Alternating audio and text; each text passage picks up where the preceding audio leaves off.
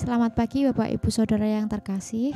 Hari ini Jumat 11 April 2025 kita bertemu kembali dalam renungan pada pagi ini. Namun sebelum kita mulai renungan ini, mari kita satukan hati, kita memohon pimpinan Tuhan. Mari kita berdoa.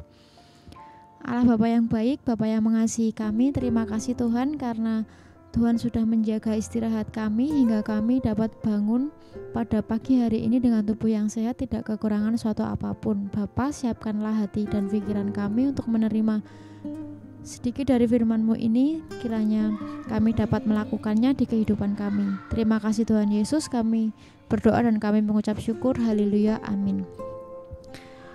Ya Bapak Ibu, ketahanan iman terambil dari Mazmur 31 ayat yang ke-9 sampai yang ke-16. Saya akan membantu membacakan pada ayat yang ke-16. Nasibku ada dalam tangan-Mu, lepaskanlah aku dari tangan musuh yang mengejar aku. Kapankah iman seseorang teruji? Tentu saja berbeda-beda bagi setiap orang. Ada yang justru mengalami ujian ketika hidupnya lancar dan sukses, namun kebanyakan orang mengalaminya ketika berada dalam penderitaan yang teramat berat. Bacaan hari ini mengingatkan kita pada bacaan yang kemarin kita renungkan bersama. Bandingkanlah Mazmur 31 ayat yang ke-9 sampai 16 dengan Yesaya 53 ayat yang ke-10 sampai 12. Pemazmur menggambarkan kehidupannya diliputi penderitaan yang teramat berat. Ia menderita secara fisik dan juga mengalami tekanan atau penganiayaan dari orang-orang di sekitarnya.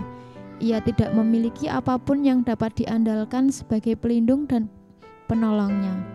Maka satu-satunya harapan untuk mendapatkan pertolongan dan perlindungan hanya ada pada Allah saja. Nasibku ada dalam tangan-Mu, kata pemazmur. Artinya, hidupnya dan keselamatannya sungguh bergantung kepada Allah saja. Itu sebabnya ia berseteru memohon kepada Allah agar dilepaskan dari penderitaannya itu. Maka Mazmur ini layak untuk dijadikan model ketahanan iman di tengah penderitaan yang teramat berat. Bapak Ibu, marilah kita tetap memiliki iman di tengah kondisi kehidupan yang seberat apapun, karena hanya dengan iman sajalah kita dapat menghadapi dan memikul beban penderitaan itu. Dengan iman berarti kita menghadapi dan menanggung segala sesuatu bersama dengan Tuhan dan dalam pengharapan kepada Tuhan.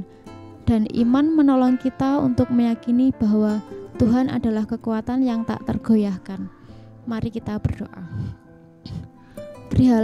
Peliharalah iman kami ya Tuhan, supaya kami memperoleh kekuatan dari Tuhan di dalam kehidupan yang syarat dengan penderitaan. Kami menyerahkan hari ini ke tangan kuasa-Mu, kiranya tangan Tuhan sendiri saja yang menopang kami, dan kiranya kami terus mengandalkan Engkau di setiap aktivitas kami, pergumulan kami. Kami menyerahkan hari ini ke tangan kuasa-Mu, hanya di dalam nama-Mu kami berdoa dan kami mengucap syukur. Haleluya, amin. Selamat pagi, selamat beraktivitas. Tuhan Yesus memberkati.